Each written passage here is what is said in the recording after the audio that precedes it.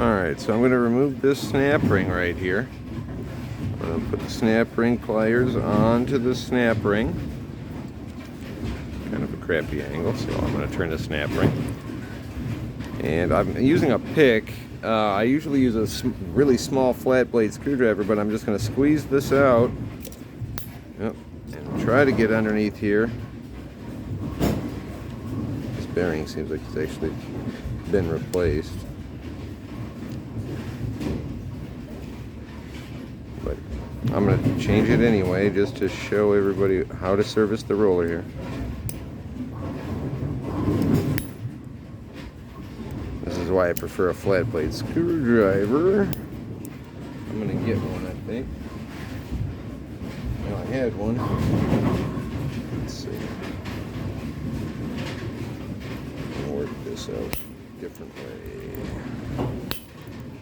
Probably not. I hate these Harbor Freight snap ring pliers too. They make my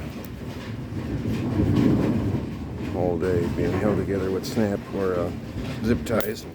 I'm gonna get that screwdriver. Alright, so I got a little flat blade screwdriver. And you can kind of see I'm trying to get underneath the opposite side from where I'm opening to get underneath it.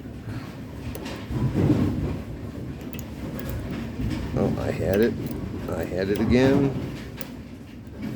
And now I'm just going to get, once I can get the snap ring pliers through the holes better, then it'll just come right up and up. Ta-da!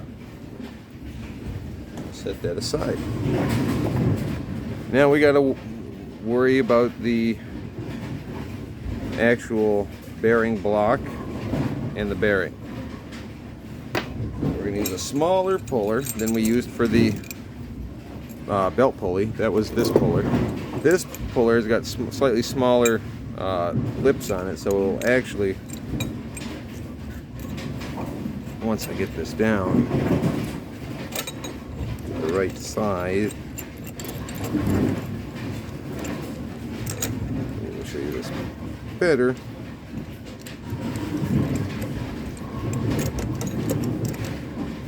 I like to have one on the flat side, personally. I'm going to tighten this up. Make sure my arms are kind of straight, and I'm kind of centered on that pulley, or on the shaft. It's going to turn a little bit when I go to tighten it. But yeah, this is this. So now I'm just going to drive this in. This is going to require a 16mm socket.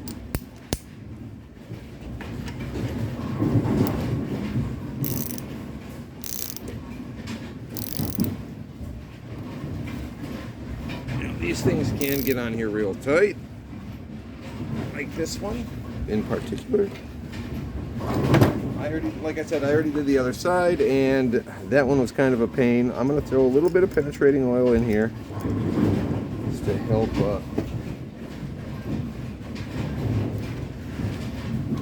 But once it breaks loose, you'll know there's usually a loud. Yep, there it is. Crack.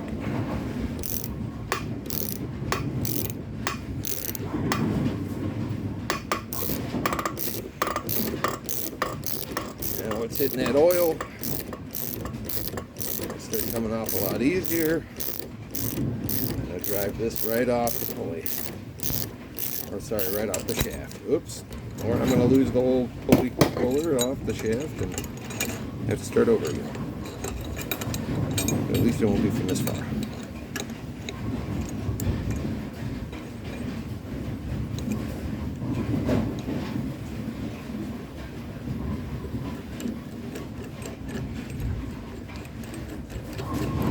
It's coming off by hand now.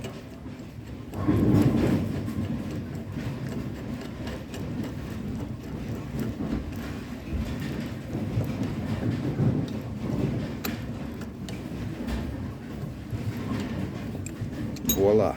And that's how you remove it.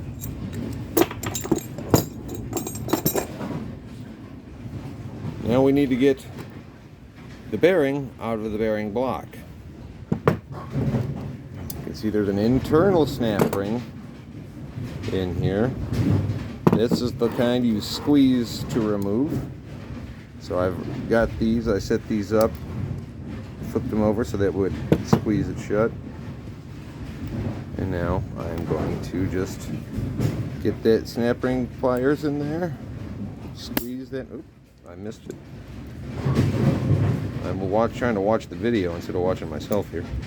There we go, just pull that guy out. Alright, I've got this vise open just wide enough to let this bearing come out as I whack it. I'm just going to take this little ball peen hammer and just send her on her way. Nice. I'm not overdoing it, just little taps. Almost there.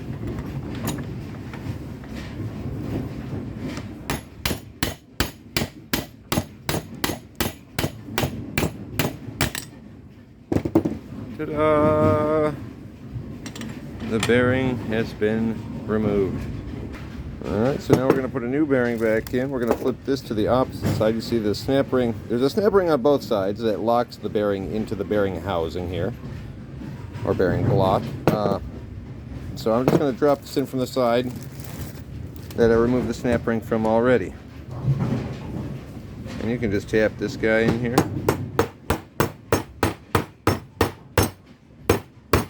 I'm going to tap it in on the vise. Yeah.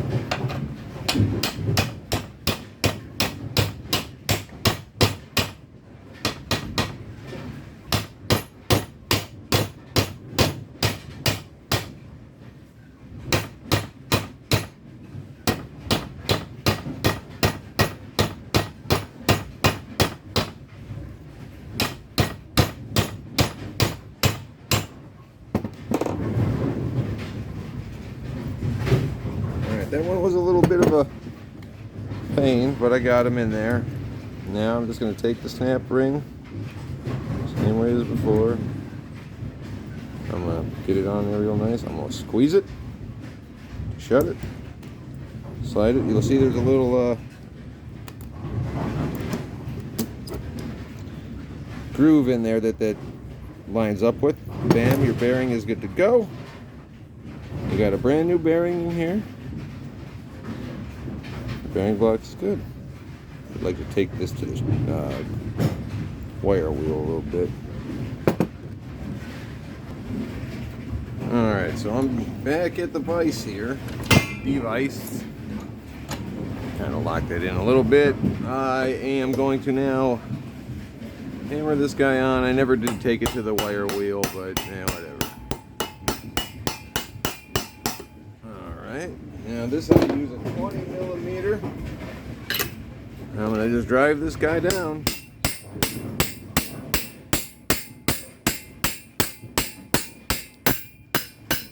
You'll know when you hit the end. It feels different, it sounds different, and you'll be able to visually verify the little groove for your snap ring. I'm going to go ahead and put my snap ring back on.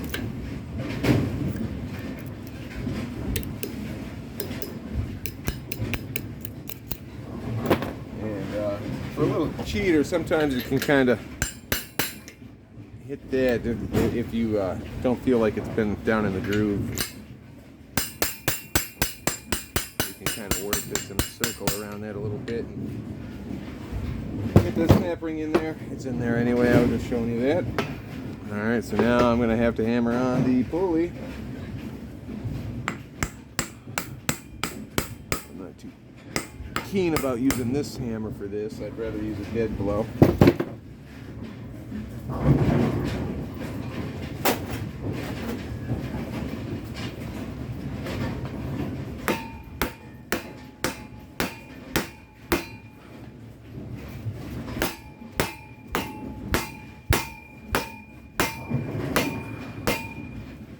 When you're putting this on, you want to make sure you have enough room for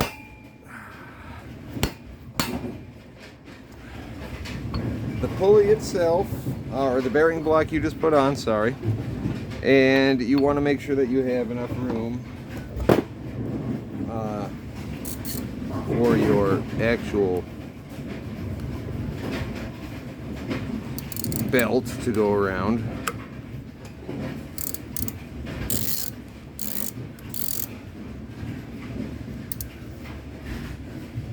I didn't really tighten these up all the way. I'm just seeing how much more space I have. In fact, I'm going to loosen it up just slightly.